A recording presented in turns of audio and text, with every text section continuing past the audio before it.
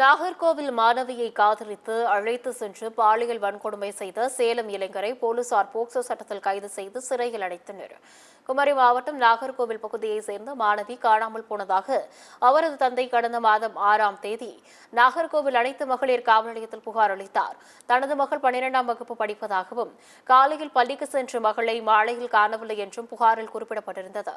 அதன் பேரில் போலீசார் வழக்கு பதிவு செய்து தீவிர விசாரணை நடத்தி வந்தனர். அப்போது சேலத்தை சேர்ந்த தினேஷ் என்பவர் மாணவியை காதலித்து வந்தது விசாரணையில் தெரியவந்துள்ளது. அதைத் தொடர்ந்து போலீசார் ராமநாதபுரம் சென்று தினேஷையும் மாணவியையும் மீட்டனர். பின்னர் இருவரையும் நாகர்கோவிலுக்கு அழைத்து வந்து விசாரணை நடத்தினர்.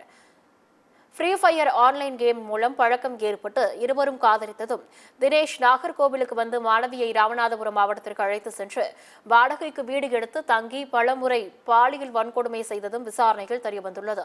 தினேஷுக்கு வேறு சில பெண்களிடம் தொடர்பு உள்ளதும் தெரியவந்துள்ளது. அதனையடுத்து தினேஷை போக்சோ சட்டத்தில் கைது செய்து சிறையில் அடைத்த காவலர்கள் மாணவியை காப்பகத்தில் ஒப்படைத்தனர்.